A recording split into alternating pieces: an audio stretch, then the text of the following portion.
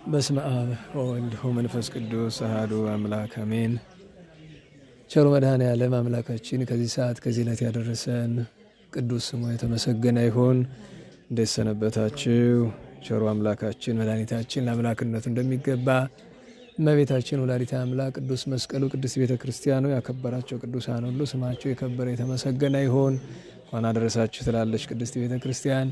እግዚአብሔር አምላካችን ከንጹሃን በረከት ያሳድርብን። የቅዱስ ዳዊት ሀብቱ የነቢያት በረከታቸውን ያሳድርብን። እንግዲህ እግዚአብሔር ፈቅዶ ወር ጠብቀን ነው የምንገናኝና እዚያም በዚህም ድምፅ አለ። እንግዲህ የቆየው ከጮህኩኝ ያሸንፋቸው ይሆናል። ወፎቹ ግን አንዳንድ ቀን ያው ይመጣባቸዋልና እንግዲህ ከሰባ ከሰማንያ ዛፍ ላይ ያለው ወፍ ጋር ጩኸት እንኳን መወዳደር አንችልም። ግን ጥሩ ነው፣ ደስ ይላል። ግን አንዳንድ ጊዜ ጆሮ ይሰርቃልና እስኪ ይሁን የሚሉትን ወይ ምን እንደሚሉ ብንሰማቸው ጥሩ ነበረ። ቅዱሳን ሐዋርያት ጸጋ ሲሰጣቸው 71 ቋንቋ ተጨመረላቸው። 72 ቋንቋ ተገለጠላቸው ይባላል። የተገለጠላቸው 71 ነው። አንደኛውማ የራሳቸው ነው፣ ወትሮ ነው ዕብራይስጥኛው። 72 የተገለጠለት አንድ ብቻ ነው ይባላል። የቅዱስ ዮሐንስ ወልደ ነጎድጓድ ትልቅ ወንድሙ ቅዱስ ያዕቆብ ወልደ ዘብዴዎስ ማለት ነው። ግን 72ኛው የሰው ቋንቋ አይደለም፣ የእንስሳት የአራዊት የአዕዋፍ ነው ያወቀስ ተጨመረለት። እንግዲህ ሐዋርያት ሁሉ ልዩ ልዩ ጸጋ አላቸው። አንዱ የሌለው አንዱ ብቻ ያለው ብዙ አለ። እንደዚያ ያለ የተለየ ሀብት ያላቸው አሉ። እና እሱ ሀብቱ ምንድነው? ከሌሎች ሐዋርያት የተለየ ቋንቋ እና እነዚህ ወፎች ምን እያሉ እንደሆነ ይሰማቸዋል። እና ምስጋናም እንደሆነ ልመናም እንደሆነ እርስ በርሳቸውም ከሆነ እንግዲህ እንስሳት 3 ወገን ነው። ምስጋና አለ፣ ልመና አለ፣ እርስ በርስ ንግግር አለ። እና ምን እያሉ እንደሆነ ምናልባት የሚናገሩትም ከኛ ጋር የተያዘ ቢሆንስ ማን ያውቃል? አስቸጋሪ ነው። አሁን ጉጉታን ታውቋታላችሁ አይደል? ቤተክርስቲያን ነው ማደሪያዋ፣ የምታውቁ ካላችሁ እዚህ ነው የሚያድሩ ብዙ ጉጉቶችና እና አትጮህም፣ ብዙ ጊዜ አትወጣም፣ አትታይም። አንዳንድ ቀን ትወጣለች። ጉጉት ማለት ርግቧን አይደለም። ጉጉት ማለት እነዚህ እርግቦችን አይደለም። ጉጉትን ታውቃላችሁ፣ ትልልቅ አይን ያላት ከፍ ያለችው እና እዚህ በፊት ብያችሁ ከሆነ ያው ድሮ ልጅ ሆነን ስናድርግ እንደ ባህል ነው፣ በመጽሐፍ አላገኘ ነው፣ ግን ያስፈራል። ቤተ ክርስቲያን ውስጥ ጉጉቷ ከጮኸች በሚቀጥለው ቀን ሰው ይሞታል ማለት ነው። ቤተ ክርስቲያኑ ዛፍ ከወደቀ ሟቹ ትልቅ ሰው ይሆናል ማለት ነው። ለቤተ ክርስቲያን የሚጠቅም ሰው ይሆናል ማለት ነው። አላስተዋላችሁ ይሆናል እንጂ ሁሉም ትልልቆቹ ሲሞቱ ወይ ዛፍ ወድቋል ወይ ቅርንጫፉ ተዘንጥፏል አስቀድሞ ከሳምንት ወይ ከ2 ሳምንት በፊት እንደዛ ይሆናል። ብዙ ጊዜ ትልልቅ ሰዎች እንደዛ ሲሆኑና ዛፍ አትቁረጡ ላለው ዛፍ መቁረጥ ብዙ ትርጉም ስላለው ጥሩ ያልሆነ ትርጉም እንደው ከጠቃሚነቱ ባሻገር ከዛፉ ጥቅም ባሻገርና አንዳንድ ቀን 4 ሰዓት 4 ተኩል አካባቢ ነው ማታ የምትጮህ ጉጉቷ። እንግዲህ ያው ግን እዚህ የምታድሩ ከሆነ እስከዛ አታምሹ፣ መተኛት ነው። ቶሎ ተኝቶ ቶሎ መነሳት ነው። እና ኧረ እባክሽ ደግሞ ሌላው ነገር ይበቃኛል ደግሞ ላለሁኝ። ምክንያቱም ደግሞ ማን ሊሞት ነው በቃ ጭንቅ። አሁን ይሄ በሃይማኖቱ በመጽሐፍ አላገኘሁትም፣ ግን አባቶች ስለነገሩን ብቻ ሳይሆን አሁን በቀደም ኧረ ዝም ብለሽ ነው እባክሽ ተኛበት ብዬ ዝም እየተኛሁኝ በሚቀጥለው ቀን ቀብር፣ በሚቀጥለው ቀብር፣ በሚቀጥለው ቀብር ደግሞ አርፈነ ድንበረ ደግሞ ጀመረ እያሉ ካህናቱ እንዴት ይሆን እንግዲህ አልሰማኋትም እኔ። እና በጣም ነው የሌሎቹ እና ሲናገሩ ምናልባት እግዚአብሔር በስነ ፍጥረቱ ግን ይህንን ብዙ ደግሞ አንዳንድ ወደ ምልኪ ወደ ባዕድ አምልኮ እንዳይሄድም መጠንቀቅ ያስፈልጋል። እና መቼም ሞትን ስለምንፈራው ነው ይሄ የሚያስጨንቀን። እና ዋናው ቋንቋ የእንስሳትን አባታችን አዳም በነገራችሁ ላይ ለቅዱስ ያዕቆብ የተገለጠለት የአባታችን አዳም በኃጢአቱ ምክንያት ተነስቶት ነው እንጂ እንስሳት እኮ በቃል ሰባይ ነው የሚያወሩ የነበረ። እንደኛ ያወሩ ነበር፣ አዳምን ያወሩት ነበረ። እና አባታችን አዳም ከገነት ከወጣ በኋላ በደብረ መዛግብት ሳለ ከጌታዬ ጋር እታረቃለሁ ብሎ ሞከረ። እና ጌታ ምን ብሎታል? አንተ መስዋዕት ሰውተህ ዕጣን አጥነህ መዳን አትችልም፣ ምትድነው እኔ ስመጣ ብቻ ነው ብሎታል ጌታ። እሱ ግን ተስፋ ባለመቁረጥ ዝም ብሎ አንድ ቀን ቤተ መዛግብት ዕጣን ሊቃነ መላእክት ወርቅ ዕጣን ከርቤ ያመጣውለት የለም፣ ከዚያ ያነሳና ዕጣን ወደ እግዚአብሔር ያጥናል። እጣኑ ወደ ላይ ሄዶ ወደ እግዚአብሔር በመድረስ ፈንታ ጎዳና ተመልሶ መጣ። እንደገና ወደታች ሄዶ በእንስሳቱ ባፍንጫቸው ገባ። በእንስሳት በአራዊት በወፎች ተዘጋ አንደበታቸው። ከዛ በኋላ ከነሱ ጋር መግባባት ቀረ። ከዚያ በኋላ ቅዱሳን ሲበቁ ነው እንስሳትን ማናገር የጀመሩ እንጂ ሲበቁ ይናገሯቸዋል። ቅዱሳን እንደነ ቅዱስ ቆሪል ገመላዊ አሁን የልደት ቀን የምናከብረው ከገመሉ ጋር ያወራል። ግመሉ በቃል ሰባ ያወራዋል። ወይም ደግሞ የልደት ቀን በዚህ በማኅበረ ሥላሴ በመተማ ቋርፍ የሚምሳ እንደ ባህታዊ የልደት ቀን መጾም ስለሌለ ምግብ ፈልጎ ይቆፍራል። ቋርፍ አግኝቼ ብበላ ብሎ ማለት ነው። እና ዝም ብሎ በዙሪያው ሚዳቋዋ ትጮኻለች፣ ትዘላለች። እኛ ብንሆንም ምንድን ነው የምትረብሽን? ጠግባ እኮ ነው ምናምን ነው የሚል ሰው እና ጌታዬ ምንድን ነው እስቲ እያለች ያለች ግለጥልኝ ብሎ ይላል። ቢገልጥለት ለካ ማህሌት ነው። ዮም ተወልደ ቤዛ ኩሉ ዓለም ዮም ተወልደ ከሳቴ ብርሃን እያለች ነው የምትዘል። ወዲያው ቋርፍ መማሱን ትቶ ጌታዬ ለካ ቅዱስ ኤፍሬም ወኩሉ ፍጥረት ተፈሳ በምጽአትከ የሰኞ ውዳሴ ማርያም ፍጥረት ሁሉ በመምጣትህ ደስ አለው ብሎ ሲል ሰው ነው እንጂ ሌላው ምን አግብቶት ል ነበረ። ለካ ቅዱስ ኤፍሬም ለዚህ ነው እንስሳትም አራዊትም በልደት ደስ ብሏቸዋል ለካ ብሎና በእውነት ያውን የታሰበም አይደል። ግን ያው አሁን ትንሽ ቀለል ብሏል። ሰምተውን ከሆነ ጥሩ ነው። እንግዲህ ወደ ትምህርታችን እንመለስ። ደግሞ ትምህርታችን በፊት አንድ ነገር ልንገራችሁ። ቤተክርስቲያኑ ስትገቡ ያው ቤተክርስቲያኑ ስላድኖ እኛ የዘጌ ሰዎች ስለሳሉት ለየት ይላል ታውቃላችሁ። እንግዲህ አስተውላችሁት ከሆነ እና ሊቀረድ መንክር ናቸው እንግዲህ ሳሉት ሲሳል እኛ አልነበርንም። ያው ምናልባትም አልተወለደም አንዳንዶቻችን እና ሁልጊዜ ያዝናለሁ ስዕሉን ሳይ። አንደኛ በጣም ውበቱ ደስ ይላል። እኛ ቀድሞዎቹ የዘጌ ሰዎች ትልልቆቹን ሊቀረድ መንክር ሳያርፉ ስለሳሉት። ግን በጣም ማዝነው በወቅቱ እነ ቀኝ ጌታ ገዳሙ ላቀው በኋላ ነባባ ማለት ናቸው አንድ ነገር ስተዋል። በጊዜው ሰዓሊዎቹ ጽሁፉ እንዲጽፉ መፍቀድ አልነበረባቸው። ለምን? ምመን ናቸው፣ ጨዋ ናቸው። እና በሙሉ የቤተክርስቲያኑን የስዕል አድኖውን ጽሁፍ ተመልከቱት። አንድ የተስተካከለ ጽሁፍ የለው። ያን የመሰለ ወርቅ የሆነ ስዕል ስለው ጽሁፉ ግን ማለት ነው ዘከማ አወረድዋ መስቀል እግዚእነ ይላል። ምንም ትርጉም የሌለው። አሁን ዘከማ አወረድዋ ለእግዚእነ እንዲህ በመስቀል ነው ነገሩ። ከሁሉ ግን የገረመኝ እነዚህ ሰዎች ጽሁፉንም ሲያበላሹት ይሆን በቅንነት ነው። ለምሳሌ የአቡነ ገብረ መንፈስ ቅዱስ፣ የአቡነ ሳሙኤል፣ የእነ አቡነ አረጋዊ ስዕል ያለበትን ቦታ አይታችሁት ከሆነ በዚህ ነገሩ በወንድ ነው ለእናንተ አይታይም። በዚህ በቅኔ ማለት ነው። እና የአቡነ ሳሙኤል ስዕል ላይ እንዲህ ይላል ዘከመ ጸለዩ አቡነ ሳሙኤል ዘዋልድባ ይላል። ልብ በሉ። ሰዓሊው ሊቀረድ ምን ለማድረግ እየሞከሩ ነው? ለማክበር አንቱ ለማለት ነው። ትልቁ ችግር ግዕዝ አንቱታ የለውም። ዘከመ ጸለዩ ከተባለ አንድ መሆኑ ቀርቶ ስንት ሆኑ? እና ዘከመ ጸለየ ነው። ግን ዘከመ ጸለየ ቢሉ አክብሮት የቀነሱ ነው የሚመስላቸው። እና ዞር እየሳየው የገብረ መንፈስ ዘከመ ጸለዩ አቡነ ገብረ መንፈስ ቅዱስ ይላል። ወደዚያ ዘከመ ጸለዩ አቡነ ገሌ። የሚገርመው ነገር የባባ ለሚናል ዘከመ ቀኝ ጌታ ገዳሙ ላቀው ይላል። ምንድነው ዘከመ ቀኝ ጌታ? ዘከመ ተማሂፀነ ነበር አይደል? ቀኝ ጌታ ገዳሙ ላቀው እንደተማጸነ ለማለት ነው። ግን ተማሂፀነ የለም። እና ዝምያጭ ዘከመ ቀኝ ጌታና ሲመስለኝ እንግዲህ ወይ በኋላ አይተውት ይሆናል። ተስሎ ተጽፎ ተለጠፈ በኋላ ምን ያደርጉታል? እና እሱን እያየሁ እንዲያውም ከእንተ አቋቋም መምህር ጋር የተነጋገር እውነት ግን እኮ ነው ይሄን የመሰለ ወርቅ ስዕል ጽሁፉ ግን አይጣለ አለማየት ነው አለ። እና ዛሬ እኮ በስንት ጊዜው ደግሞ እያየሁት ትዝ ብለኝ አንድ መጋረጃው ተገልጦ እሱ እየገረኝ ነበር። እግዚአብሔር እንግዲህ የሁሉን ነፍስ ይማር። መቼም ዞሮ ዞሮ እኮ ይገባናል ስናነበው። ግን እንደዚያ ነው። ትምህርታችን ባጭር እናድርግ። ዛሬ እንግዲህ እግዚአብሔር የወደደው ከ12 ደቂቀ ነቢያት አንዱ ነቢዩ ቅዱስ ሐጌ ነው። ነቢዩ ቅዱስ ሐጌ ከደቂቀ ነቢያቱ ግን በቤተክርስቲያናችን የመጨረሻ ነቢያት የሚባሉ ማለትም ከሚጠት በኋላ እስራኤል ከምርኮ ከመከራ ከተመለሱ በኋላ ከነበሩት ሶስቱ ናቸው የመጨረሻ የሚባሉ። አንደኛ ቅዱስ ዘካርያስ፣ ሁለተኛ ቅዱስ ሐጌ፣ ሶስተኛ ቅዱስ ሚልክያስ ናቸው። ከካህናት ደግሞ ቅዱስ ዮሴዕ አለ።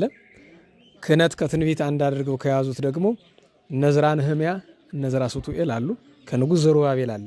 የመጨረሻው ካህን የሚባለው በስም የምናውቀው በጣም በቅድስና የምናውቀው አልዓዛር ነው። ከሚስቱና ከልጆቹ ጋር በሰማዕትነት በእሳት አቃጥለው የገደሉት እነ አንጢያኮስ ማለት ናቸው። እና ቅዱስ በጽሁፍ ደረጃ ሐጌ ጻፈ። መጽሐፍ ቅዱስ ላይ ስትመለከቱ ያን ተራ ጠብቆ ነው የተቀመጠ። ሐጌ ጻፈ። ከሐጌ ቀጥሎ ዘካርያስ አለ። ከዘካርያስ ቀጥሎ ሚልክያስ አለ።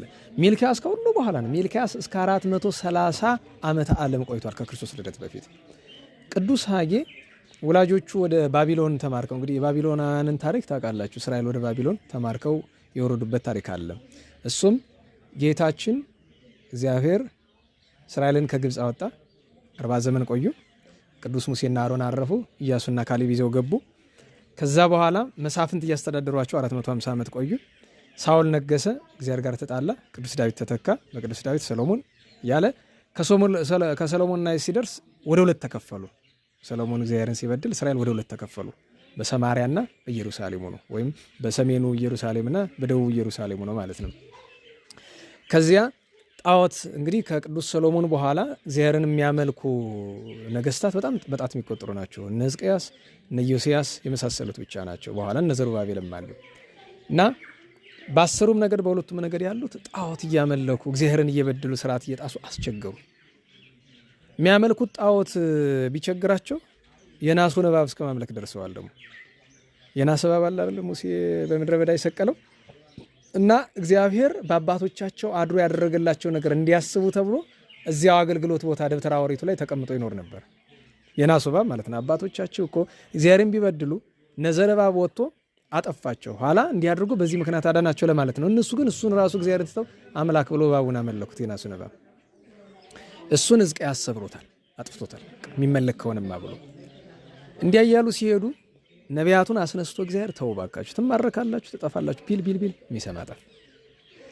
ስለዚህ በ720ዎቹ አካባቢ ስልምናሶር የሚባል ንጉስ መጥቶ 10ሩን ነገድ ማርኮ ወስዶ ቆላቶ ጎዞር ጣላቸው። ባቢሎን አውርዶ አሶር ማለት ነው። እነሱ ሲማረኩ እያዩ ሁለቱ ነገድ ለ100 ዓመት ታገሳቸው እስኪ ይማሩ እንደሆነ ብሎ እምቢ አሉ።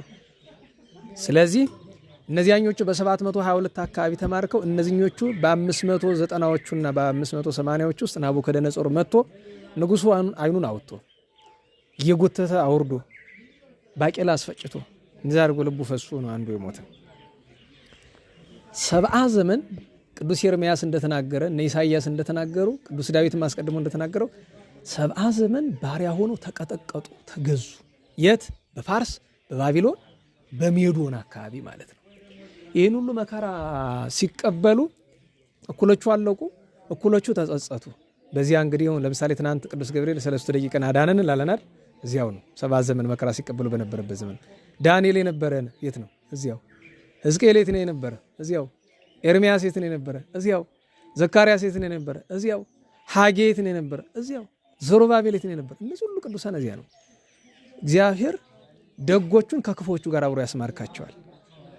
ደጎቹን እነ ዳንኤል ሌሎችን ነቢያት አብሮ ያስማርካቸው። ለምን ቢባል እንዲያስተምሯቸው፣ ጨርሶ ደግሞ ዜሬው እንዳይጠፉ፣ ተስፋውን እየነገሩ ልባቸውን እያነቁ እንዲመለሱ ንስሐ እንዲገቡ እንዲያደርጓቸው።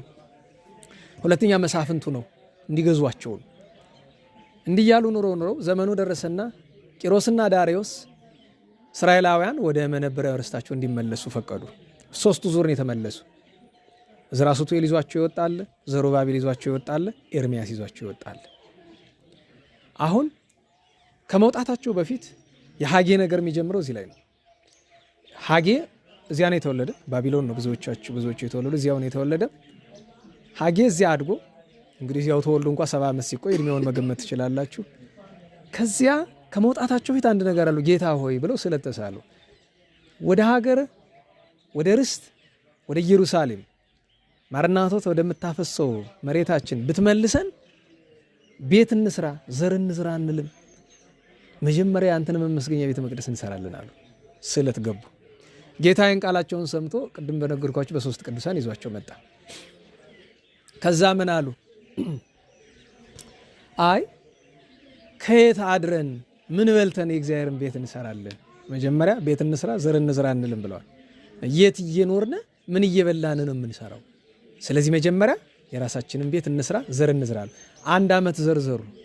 እንደገና የ1 ዓመት ዘር ለምን ይበቃል? የ2 ዓመት የ3 ዓመት እያሉ የእግዚአብሔርን ቤት መስራቱን ቸላሉት።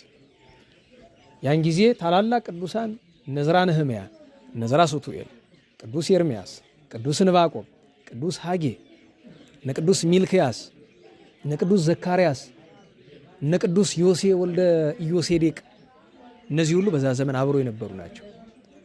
በዚህ ጊዜ እግዚአብሔር በነቢዩ በካህኑ በቅዱስ ሐጌ ላይ አድሮ ተናገረ።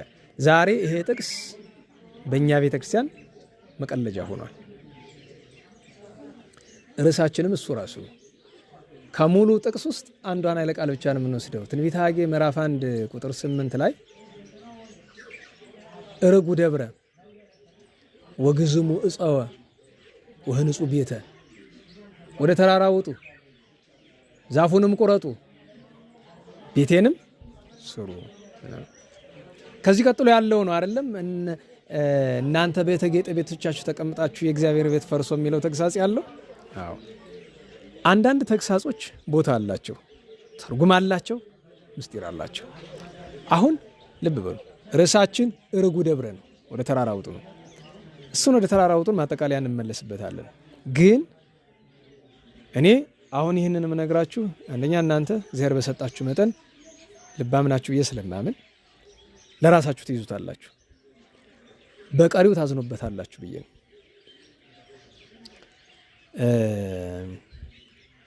ሪከርዱ ከጠፋ በኋላ እዚህ የማይነገር ነገር እነግራችኋለሁ። ሁሉን ነገር በአደባባይ መናገር ስለማያስፈልግ ግን አስቡ። በዚህ ዘመን የኢትዮጵያ ኦርቶዶክስ ተዋሕዶ ቤተክርስቲያን 35,000 36,000 የሚባል ቤተክርስቲያን አላት። ወደ 400-500 ሺህ የሚጠጋ አገልጋይ አለ ይባላል። ያለንበት ሁኔታ መገመት አያቅታቸውም። ማለትም ቤተክርስቲያናችን በዓለም ውስጥ በጣም ብዙ አገልጋይ ካላቸው ቤተክርስቲያናት ምናልባትም አንደኛዋ ሳትሆን አትቀርም፣ ግምት ነው። የዚህ ሁሉ አገልጋይ ብዛት፣ የዚህ ሁሉ ህንፃ ቤተክርስቲያን ብዛት ምንድን ነው የጠቀማት ነው ጥያቄው። አባቶቻችን ቤተ ክርስቲያን በየደጃችን ቢሆን አያስከፋንም፣ እኛ አያስከፋንም። እሱ አይደለም ችግሩ። ነገር ግን ለምሳሌ ገጠር ሄዱ። ድሮ አንድ ቤተ ክርስቲያን ለማግኘት ብዙ መንገድ ነው የሚኬድ። ሰው በጣም ሲርቀው እዛው ቤተ ክርስቲያን ይመሰርታል። አትመሰርትም፣ ትመሰርታለህ፣ ይጣላሉ። የሚያጣላቸው ምን ይመስላችኋል? አንድ ሌላ ቤተ ክርስቲያን ተመሰረተ ማለት የዚህኛው ገቢ ይከፈላል። ገብቷችኋል? እዚህ ከተማ ነው አንድ ቤተ ክርስቲያን አንድ ታቦት ላስገባ ነኝ ይላል። ያ ተመሳሳይ ታቦት ያለበት ደብር እሪ ይላል። እንዴት ብሎ አሁን ትናንት ቅዱስ ገብርኤል ቤት አልፈንሳለም። ቆሜ እንግዲህ ከድካም ብዛት እዛው መውደቅ ነው የቀረኝ። ምንድነው ያደረኩት? እንግዲህ መላኳን ተጣቃለ ምን ላድርግ? አንድ ሰው ግቢ የበሩ ላይ ጠጋ ብዬ እንግዲህ ይቅር በለኝ ማደራ እርሳትን አደረሽ ተመልሼ ቤት የመጣው እንዴት ላድርግ? አሁን ይሄ ቅዱስ ገብርኤል ቤተክርስቲያን ምን አጠፋ? ምንም አላጠፋ። አገልጋዮቹ ምን አጠፉ? እኔ አጠፉ አልልም። ግን እዚያው ላይ ቆሜ ጎን ለነበረው ልጅ ጎንደር ውስጥ ቅዱስ ገብርኤል ቤተክርስቲያኑ አንድ ብቻ መሆኑ ትልቅ ተዋታ አይ ነው። ታቦቱ ሌላ ቦታ እንዳላቃለሁ፣ ግን ሰው አይሄድም። ራሱን ችሎ ስላልሆነ ድርብ ስለሆነ ለምሳሌ መጥምቁ ዮሐንስ አለ፣ ሌላም ቦታ አለ። ሰው ግን አይሄድም። የታወቀ ነው። ወደ ለመደው ነው የሚሄድ እና ልደታ እዚህ ልትገባ እነዚያኞቹ ልደታዎች ስንት ጭቅጭቅ አልፎ ነው የገባው እዚህ። እኔ ተነስቼ እኔ የሚገርማችሁ ነገር እሺ ተውት፣ ድካሙ ምናምን አይደለም። ልደታ ሄደን መሳለም አይደክመንም፣ እኛ ችግር የለውም። ሰው መግቢያ ህፃን ተረግጦ ሽማግሌ በሽተኛ እንዴት ይሆን? መንገዱ የምታውቁት ነው፣ በጣም ጠባብ ነው። የሚገርመው ደግሞ ከሌላው ደብር የተለየ 3-4 መስመር አለው አይደል? በአራቱም ዝግ ነው። በብልኩም ብትወርዱ፣ በዚህ በፋሲልም ብትወርዱ፣ በዚህ በመውጫው በተራራው በበጅሮንድም በጀርባ በቀለ 14 ብትሄዱ ሁሉም ድፍን ብሎ ተዘግቶ ነበር እና እንደው ደጁን ሄዶ ለምን እንደው በእጅ ለመዳሰስ እንኳን ያክል በየት እንድረስ? እውነት ለመናገር በሚቀጥለው ቀን ዛሬ እኮ ባዶ ነው፣ ዛሬ ሄዶ መሳለም ይቻላል። ያን ቀን ከርቀት እጅ ነስቶ መመለስ። አዎ የቅዱስ ደቅሶስማም የሚመጣም የለጨርሱ የቅዱስ ገብርኤል እንኳን አመቱ ነው የዚያን ቀን በ22 እና ትልቁ ነገር ምንድነው? እኔ አብያተ ክርስቲያናት መብዛታቸው ችግር የለውም። ነገር ግን ትልቅ ችግር የሆነብን ነገር ምንድነው? እግዚአብሔር ቤቴን ስሩ ብሏል። በተራራ ውጡ፣ ዛፉንም ቁረጡ፣ ቤቴንም ስሩ ብሏል። መሰረታዊው ጥያቄ ቤት የሚሰራው የት ነው? ቤቱ የሚሰራው ቤቱ በሌለበት ስፍራ አይደለም። በየትኛውም ስፍራ ብትሄዱ በዚህ ዘመን እኔ ሌላ ነገር አይደለም፣ ይህን ሰምቶ ሰው ይለወጣል ብዬ አይደለም። እውነት ለመናገር ቀላል አይደለም የህመም ስሜቱ ሲያስቡት። አንዳንድ ሰው አንዳንድ ነገር ሲሰማ ምንም ላይመስለው ይችላል። ለሚያመው ግን ያመዋል። ብታችኋል። ለሚያመው ግን ያመዋል። እናት የሌለው ሰው ወይ እናቱን የማያውቃ ሰው እናቱ ብትሰደብ ትርጉም አይሰጠውም። እናቱ ያሳደገችው ሰው ግን እናቱ ብትሰደብ ያመዋል በጣም። ገብታችኋል። ያ ምን ያመዋል? አያውቃትማ። የታውቋት ነው የሚያመው። ቤተክርስቲያንም እንደዚህ ነው። ስለማናውቃት አብዛኞቻችን ልብ በሉ። ቤተክርስቲያን በገንዘብ እጥረት አሁን በቅርብ ጊዜ ቤተክርስቲያን ግብር ትክፈል ምናምን የሚባል በመንግስት ደረጃ ይባላል አይደለም? ታውቃለች። ሰዎች መጥተው ሲያነጋግሩኝ አይ በገጠር ያሉትን የሚተዋቸው ከሆነ አይተዋቸውም እንጂ በገጠር ያሉትንና ደሃውን መርጦ የሚተው በሆነስ ባስገበረ አይደለም ማስገበር በዘረፈው ቤተክርስቲያን ውስጥ ያለውን ገንዘብ ይሄ በተለይ አዲስ አበባ፣ ባህር ዳር ምናምን የጎንደርም አንዳንድ ሀብታም የሚባለው ቦታ ያለውን ማለት ነው ዝም ብሎ በዘረፈው ሁሉ ብዬ እመኛለሁ። ይሄ የአንድ ደንቆሮ ምኞት ነው። ገብቷችኋል? ለምን መሰላችሁ? ይሄ ገንዘብ ነው ገና ቤተክርስቲያንን የሚያጠፋት ገና ማዕቱን የሚያመጣብን። በነገራችሁ ላይ ከጥጋብ ዘመን ይልቅ የረሃብ ዘመን ይሻላል። ይህን ማወቅ ጥሩ ነው። አባቶቻችን ምን ይላሉ? ሰነፍ ሰዎች የመከራ ዘመንን ይጠሩታል። የመከራ ዘመን ጀግኖችን ይፈጥራል። ጀግኖች ደህናውን ዘመን ያመጣሉ። ደህናው ዘመን መልሶ ጅሎችን ይፈጥራል፣ ሰነፎችን ይፈጥራል። እንደገና ጅሎች የመከራውን ዘመን ያመጡታል። ዓለም ኑሮ እንደዚህ ነው ይባል እና በዚህ ዘመን ቢቻል ቤተክርስቲያን ወደ አንድ መዋቅር ገብታ ደሞዝ ለሁሉ አገልጋይ እኩል ቢከፈል እንደየስታተሱ ቢደረግ፣ አንዱ ደብር 20 ሺህ ብር ደሞዝ እየበላ አንዱ ደብር 1500 ብር ለምን እኩል ነው የሚያገለግሉት? ሁለተኛ ነገር ቤተክርስቲያን ለምንድን ነው ተመሳሳይ ስሪት የማይኖራት?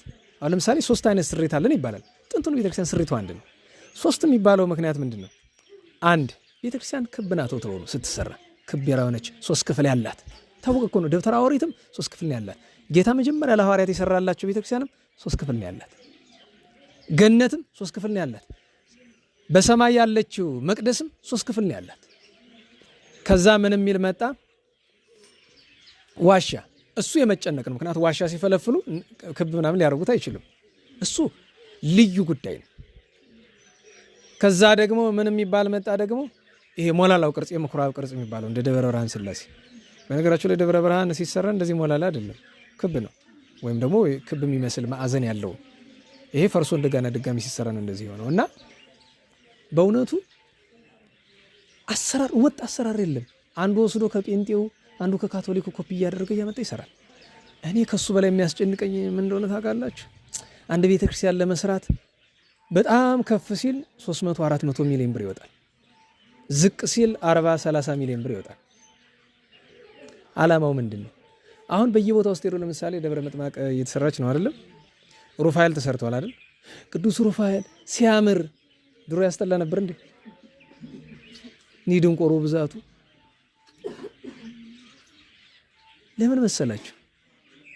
ሰው አይኑ ላይ አጋንንት ሲሳልበት ቀራቀንቦ ጌጣጌጥ ይወዳል። ትውዝፍት ምንዝር ጌጥ እንደ አንዲት አመንዝራ ሴት ከቤተክርስቲያን ላይ ጌጥ ማየት እንፈልጋለን። የቤተክርስቲያን ጌጦቿ እኮ ምንድን ነው የሚለው መጽሐፍ? ምዕመናን ናቸው ነው የሚለው። ቅድስና ያላቸው ስጋውን ደግሞ የሚቀበሉ ምዕመናን ናቸው ጌጦቿ። እና የሆኑ አባት መጥተው ሰሞኑን እንደው በዚህ በተከዜ በረሃ አንድ ደብር አለ መስቀል ልገዛለት ፈልጌ ታግዘኝ እንደሆነ አሉ። አይ መቀደሻ የሌለው ሆኖ ብዬ ስንት ነው ስላቸው 24000 አሉ። 24000 የሚሸጥ መስቀል አለ ስላቸው የወርቁን መደበኛውን የማይገዙ ስላቸው አይ እንደው ለክብሩ እግዚአብሔርን ወርቅ አክብሮት አያውቅም። የሰው ልብ ነው የሚያከብረው። ቸግሯችሁ እንደሆነ የችግራችሁን ላግዝ። ወርቅ ካላችሁ የጥጋብ ነውና ደህና ይዋሉ። እንዴት ያለ ነገር ነው? ከግሪክ ከአባ ካልመጣልን ይባላል። ኧረ ወንድሜ እባክህ እዛ ስንት 100 ሺህ ብር የሚሸጥ መንበር ይባል የ500 ሺህ 400 ሺህ ብር ይባል። እውነት ለመናገር እግዚአብሔር ቤተክርስቲያኑ አላማረኝም ብሎ የተናገረበት በዓለም ታሪክ መቼ ነው? ቤተክርስቲያን ይሰራ ከተባለ ቤተክርስቲያን የሚሰራበት ስንት ስፍራ አለ አይደለም? የሌለበት ስፍራ ቤቴን ስሩ አለ። ታስታውሱ ከሆነ እዛ ይሄኛውን ደብረ ምጥማቅን ካፈረሱት በኋላ ሲለምኑ እዚህ የገብረ መንፈስ ቅዱስ ያመቱ ቀን የእግዚአብሔር ቤት ፈርሶ እናንተ በተጌጠ የሚለውን እዛ ላይ ተለጥፈውት እዛ ከኮሚቴዎች አንዱ ናየው በሞቴ ለምንድን ነው ግን በእግዚአብሔር ቃል የምትቀልዱ? ለምንድን ነው የምትዘብቱ? ምን አጠፋን አለ። በሞቴ በመጀመሪያ የእግዚአብሔር ቤት ፈርሶ የምትለው ማን ያፈረሰው? አንተ አይደል ያፈረስከው? የእግዚአብሔርን ቤት አፍርሰንበት በሉና እስኪ እሺ እንረዳዳ። ጠግበን ጥጋብ ንፍት አድርጎን አፍርሰንበት በሉና እንግባባ። እስካሁን እንኳን ስንት ሚሊዮን ብር ነው የፈሰሰበት መገመት አያቅታችሁ። ሰው ግን በራብ እየተቀጣ ነው። በሚሊዮን የሚቆጠር ኦርቶዶክሳዊ በራብ እየተቀጣ በየቀኑ ስንት መቶ ነው ሲክድ የሚውል እና ጌታ ቤቴን ስሩ ያለው ሲተረጎም እንዴት ነው? መጀመሪያውን የእግዚአብሔር ቤት ማለት ነው ሰው ልጅ ነበረ። ቤቴን ስሩ ማለት ራስህን ስራ ነው። ስለዚህ ባጭርን ተርጉሞ ወደ ተራራ ውጡ አለ። እርጉ ደብረ ወደ ተራራ ውጡ። ሰው ልብ የማይለው ነገር በኋላ ነግራቸዋለሁ ያልኩት የመከራ ቀን ቅዱስ ዕንባቆም ብሏል። የመከራን ቀን እጠብቃለሁ ብሏል። ለምን? ነቢያት የተናገሩት አባቶች የተናገሩት ነገር አይቀርም። ብዙ ሰው የዚች ሀገር ጥፋቷ እየተደረገ ይመስለዋል። አልጀመረም ገና። ጥፋት ከሆነ የምናወራ ገና አልጀመረም። ምክንያቱም እንዳልኳችሁ የማይነገሩ ነው ዝም የምንለው። ቀላሉ ነገር ያቺ የተባለችው ነገር አትቀርም። አንዲት ከተነገረችው እግዚአብሔር በቅዱሳን አድሮ ከተናገራት ነገር አንዲቱ አትቀርም። ጥፋቷም አትቀርም፣ በረከቷም አትቀርም። ጥፋቷም በረከቷም ልትቀርም የምትችለው ሰው ሁሉ ንስሐ ከገባ ብቻ ነው፣ ከተመለሰ ብቻ ነው። በዚህ ዘመን የኦርቶዶክሳዊት ቤተክርስቲያን ትልቁ የመጥፊያ መንገዷ አገልጋዮች ናቸው ብለናል አይደል? የሱ መገለጫው ምንድነው?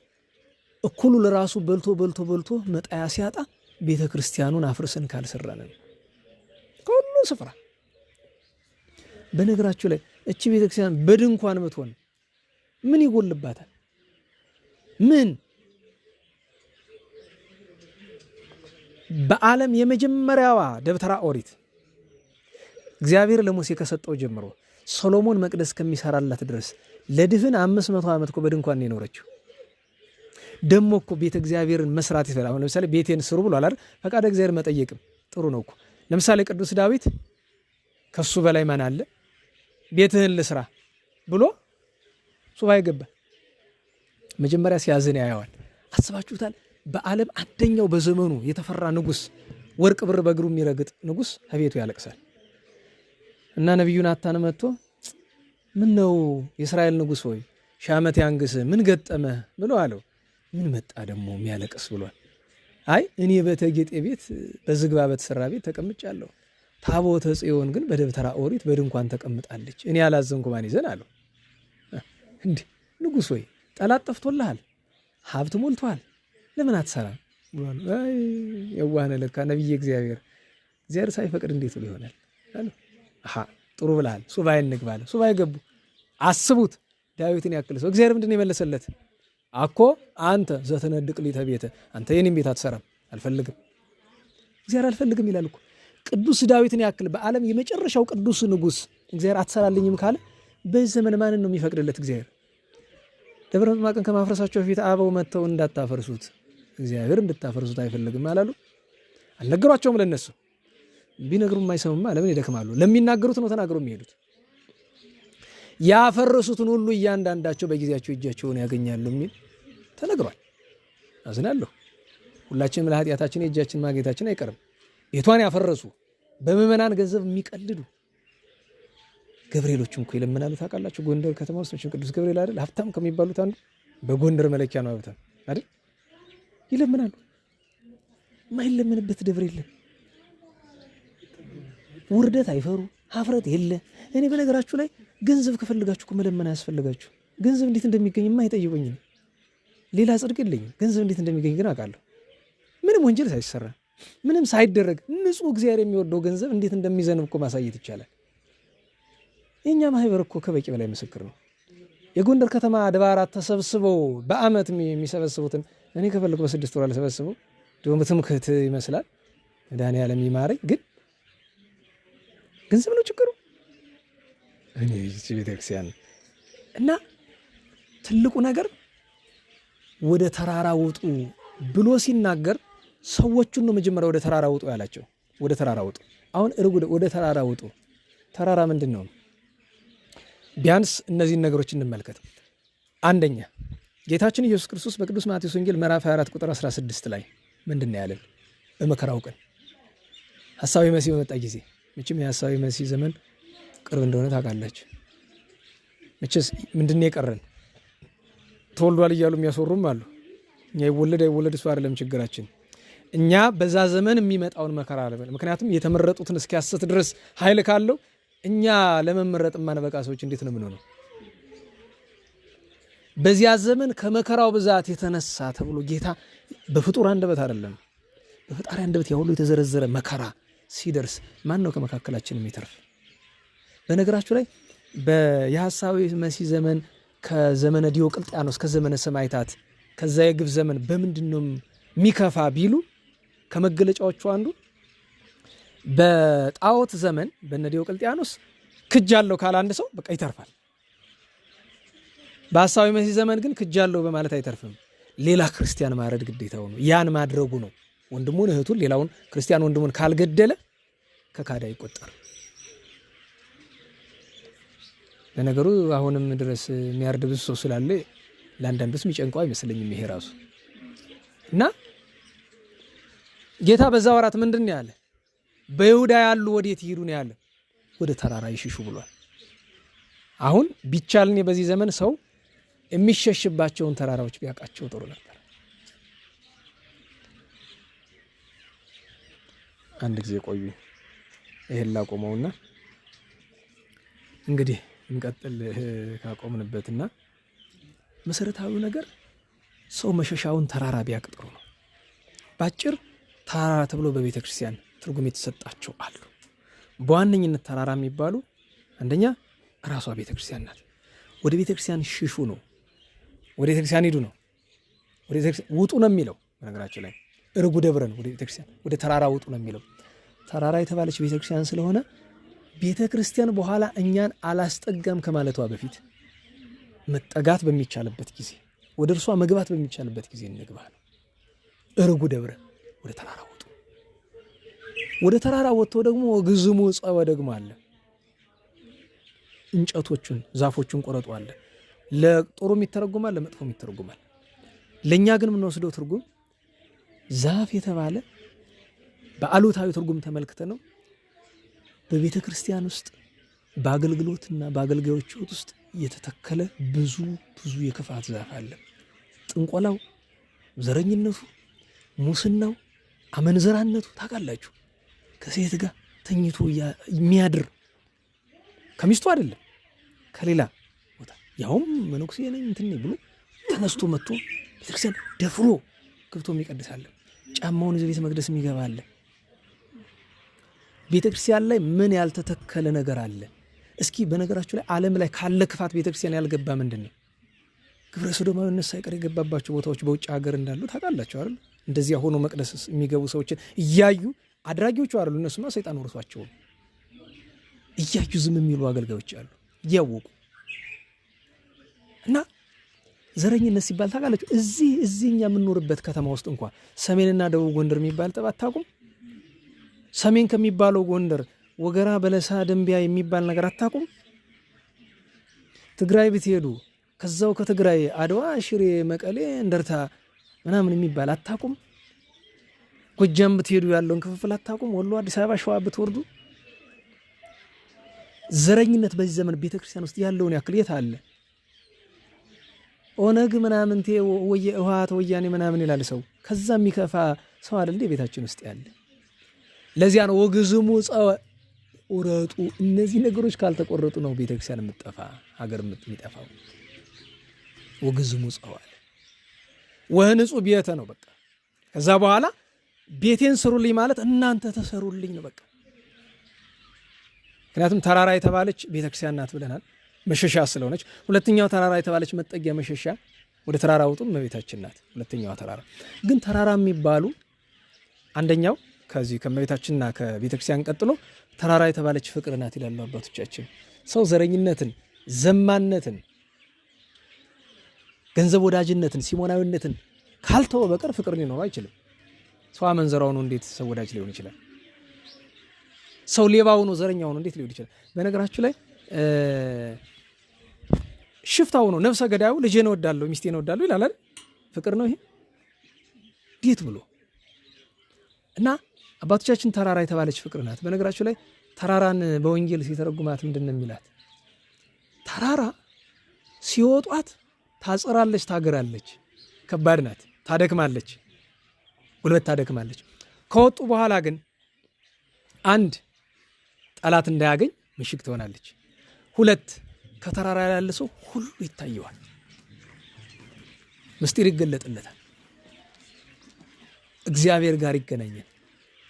አይታችሁ ከሆነ ጌታችን መልካም መልካም ስራዎችን በሙሉ የሰራልን በተራራ ላይ ነው አይደል? ለምሳሌ በብሉይ ኪዳን ሕግን የሰራ ደብረ ሲና ተራራ ነው። በአዲስ ኪዳን እመቤታችን የተወለደች የት ነው? ተራራ ላይ አይደለም? ጌታችን ምስጢረ ምጽአቱን የተገለጠ የት ላይ ሆኖ ነው?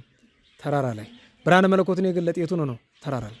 ደብረ ታቦር፣ ደብረ ጽዮን፣ አርሞንኤም፣ ደብረ ሊባኖስ፣ ደብረ ኮሬብ፣ ደብረ ሲና ብንጠቅስ ለዚያ ነው አብያተ ክርስቲያናትን አድባራት ደብር አድባራት ብለን የምንላቸው። እና ፍቅር በራሷ ተራራ ተብላለች። እንደገና ደግሞ ወንጌልን ተራራ ይላታል።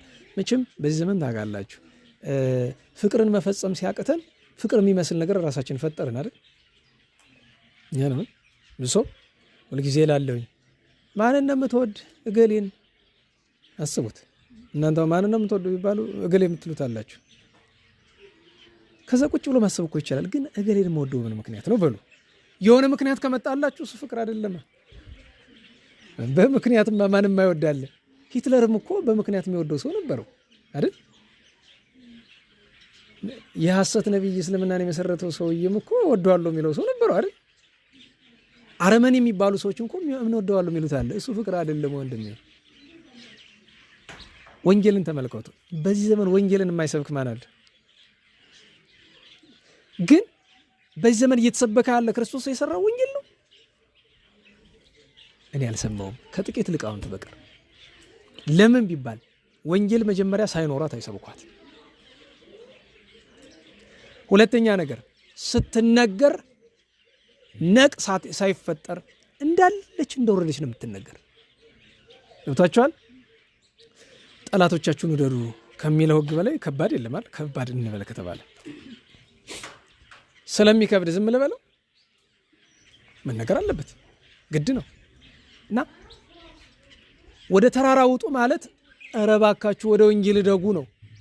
ወደ ሕገ እግዚአብሔር ወደ ስርዓት ቤተክርስቲያን እደጉ ነው። አዎ ያደክማል፣ ያጽራል፣ ያግራል፣ ታወቃል። እና ወደ ተራራ ውጡ ስንባል ወደ እግዚአብሔር ማደሪያ ወደ ሆኑት ነገሮች ተራራ የተባለ እግዚአብሔር ማደሪያ የሆነ ነገር ስለሆነ ወደ እግዚአብሔር ማደሪያ መውጣት ጥሩ ነው። ቀጥሎ እንጨት ቁረጡ ነው፣ ቅድም ተርጉመናል።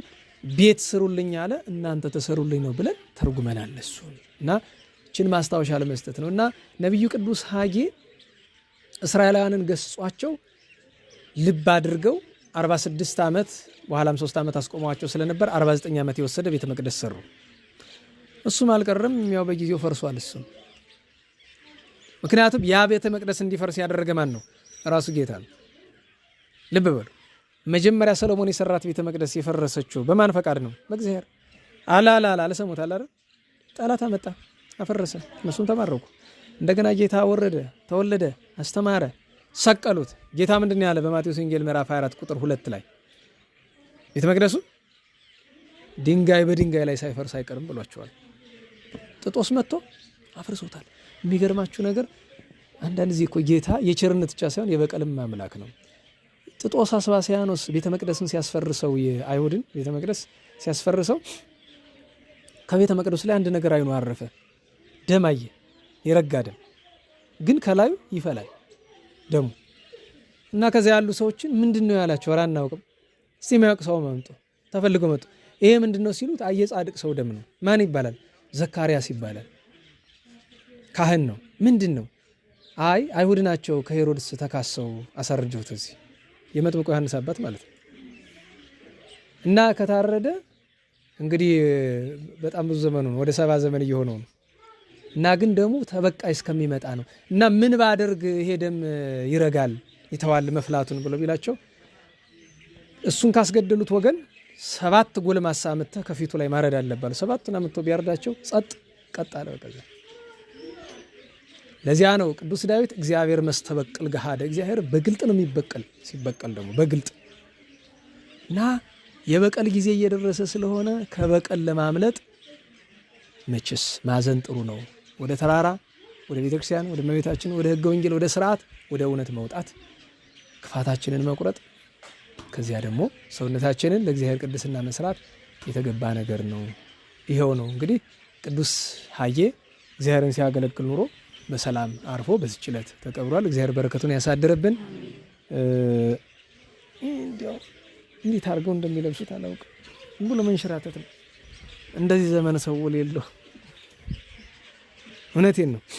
ያው መልክዓ ገብርኤል ምን ይላል መሰላችሁ? ቅዱስ ገብርኤል ሆይ ገብርኤል አማሂጽነኒ ሀበ አማናዊ አምላክ በዓለምሰ ይትረከብ አርክ በጽባ ዘተናገረ ዘይደግም በሰርክ። ቅዱስ ገብርኤል ሆይ ወዳጅ ዘመድ ከእግዚአብሔር ጋር ከእውነተኛው አምላክ ጋር ፍጠርልኝ፣ ከሰው ጋር አትወዳጅ ምን እንዳትለኝ ጧት የተናገሩን ማታ የሚደግመው የለምና በዚህ ዘመን ብሏል። ይህንን ያሉ አባ ዘመለኮት እኮ የዛሬ ስንት መቶ ዓመት ነው። ዛሬ ስንት ከፍቶ እንደሆነ አስቡት።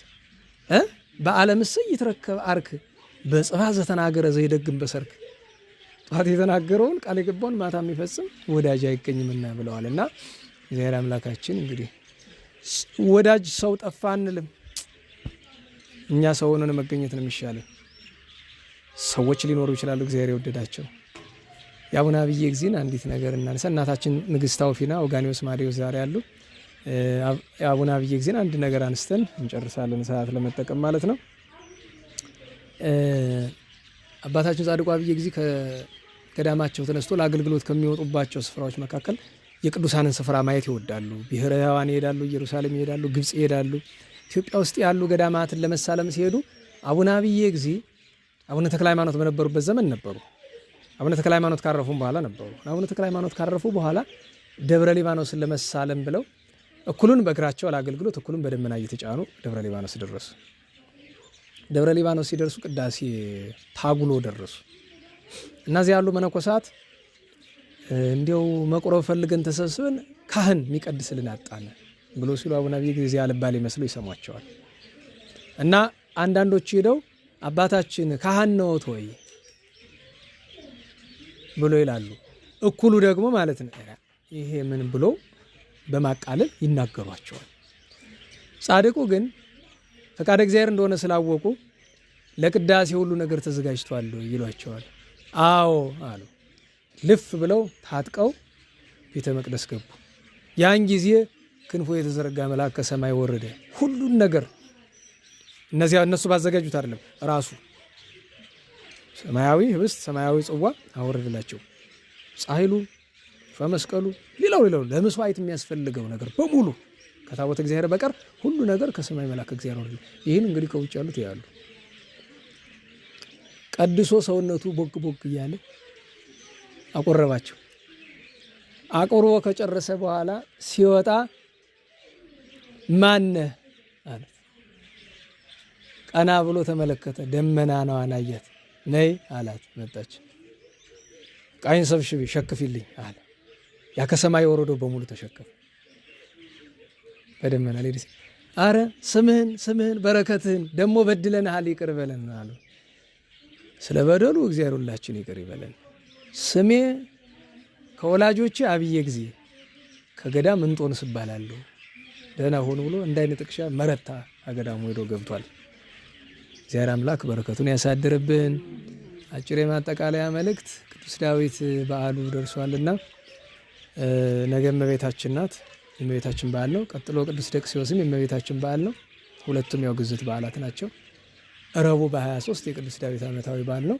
ማንኛውንም አገልጋይ እጠራለሁና እናንተም እንግዲህ መጠራችሁ ብሉ ጠጡ አይደለም። የሚበላ የሚጠጣ ብዙ ስለማላዘጋጅ ሊኖርም ይችላል አይኖርም ይችላል። እሱ አይመለከተኝም። ምክንያቱም መጽሐፍ እኛ ዝክረ ቅዱሳን ሲጀመር እንድታውቁት አንድ ሕግ አለ። የሚበላ የሚጠጣ ነገር ማህበሩ እንዳይኖር ለተማሪዎች ማለት ነው፣ ካራበው በቀር። ለምን ቢባል እዛ ድሃ ተርቦ እያለ ምንድነው እዚህ ከቤቱ የሚበላ ያለውን። ስለዚህ ምንድነው የምናደርገው? ጥሬ ነው የምናዘጋጀው። እዚህም የውሃና ጥሬ ነው አለ ብዬ ጊዜ ዝክር። ምክንያቱስ ምንድነው? ጥሬው የዕለት በረከት ነው፣ ፍት ይባላል። የዕለት በረከት ነው። ጽዋው ጽዋ ነው፣ ጸበል ነው። ነገር ግን በኋላ ምን መጣ?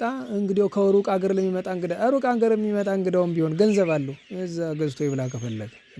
እዛ አንዲቷ በእኔ ይሁን እኔ ልቻል ለእንግዳው አለች። እባክሽ ዞር በይ።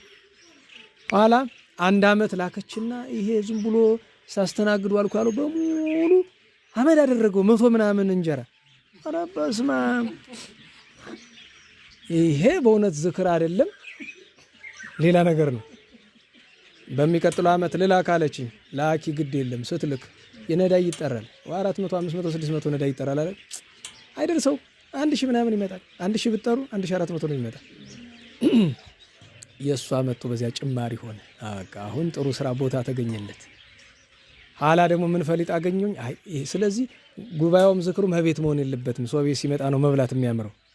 እዚያው ጉባኤው አዳራሽ በር እንዳምነው ማለት ነው። ጥሩ ቦታ ነው ያገኘን። ጥሬ ያለ ፍተበረከት ህብስት አለ ተቆርሶ የሚበላ። አሁን ደግሞ ምን ይላሉ? ማር እንግዛ እንጂ። ይኸውላችሁ አንድ ነገር እወቁ። ክፋትም በጎነትም ጥሩ በሚመስል ነገር በአንዲት ነገር ነው የሚጀምር።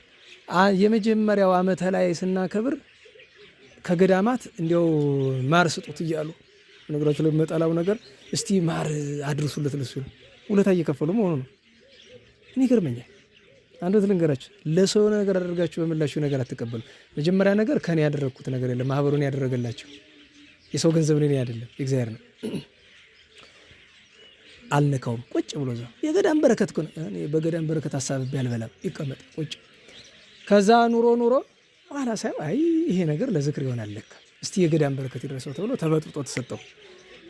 ከዛስ በየዓመቱ እየደውሉ ገዳም ማር ላኩ አገልጋዮቹ። በጎደለው እንግዛ።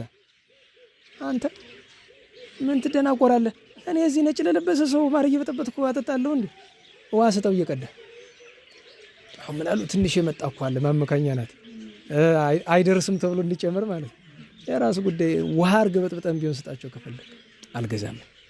ስለዚህ የምትጠሩት ለምንድን ነው? በረከት እንድታገኙ። ከዛ ውጭ ግን ዓመት የምትሰሩት አቅሙ ካላችሁ መስራት ነው። ያው ሌላ ሰው ከምናዝ ነው እንጂ ታውቁታላችሁ። የሚታዝቡ ሰው አለ። ግን አንደኛ ለሙያው ሲባል መራቅ የዋጠ ሰው ሲሰራው ጥሩ ነው። ወጣት የዘመን ኩታራ ብዙ አይደለም። ሙያ መቼም አላቸው ብዙ። ግን ለበዓል የሚሆነውን ነገር ታውቃላችሁ። እናቶች፣ ትልልቅ ሰዎች ነው ማዘጋጀት ያለባቸው ብዬ አምናለሁ። ምክንያቱስ መቼም ልጅ የሰራው ታውቁታላችሁ። ለምን አይበቃም ይባላል አይደለም። ስለዚህ እሱን በረከታችሁን አስታውሱ። ብቻ ያን ቀን መታችሁ ዝክር ቅመሱ ነው። ጉባኤ ነው። ከጉባኤው መቆየት የምትችሉ መቆየት ትችላላችሁ። ያው 8 ሰዓት ነው ምህላ የምንጀምር። ጉባኤ 9 ሰዓት ነው የሚጀምር። እግዚአብሔር ቢፈቅድ እስከ 11 እንጨርሳለን እንላለን። እና ያው የአብይ ጊዜ ማህበርተኞች ጥቂት ናችሁ፣ ግን በሌላ መንገድም ብዙ ስለሆናችሁ ያው በረከት እንድትሳተፉ ጥሪ ማቅረቤ ነው። በተረፈ እግዚአብሔር አምላካችን የንጹሐንን በረከት የእመቤታችን ጣዕሟን ፍቅሯን ያሳድርብን። የሀገረ ቤተክርስቲያንን ጥፋት በቸርነቱ ያሳየን። ስብሐት ለእግዚአብሔር ልዑል ወለወላዲቱ ድንግል ወለመስቀሉ ክቡር ዕፀ ኃይል አሜን።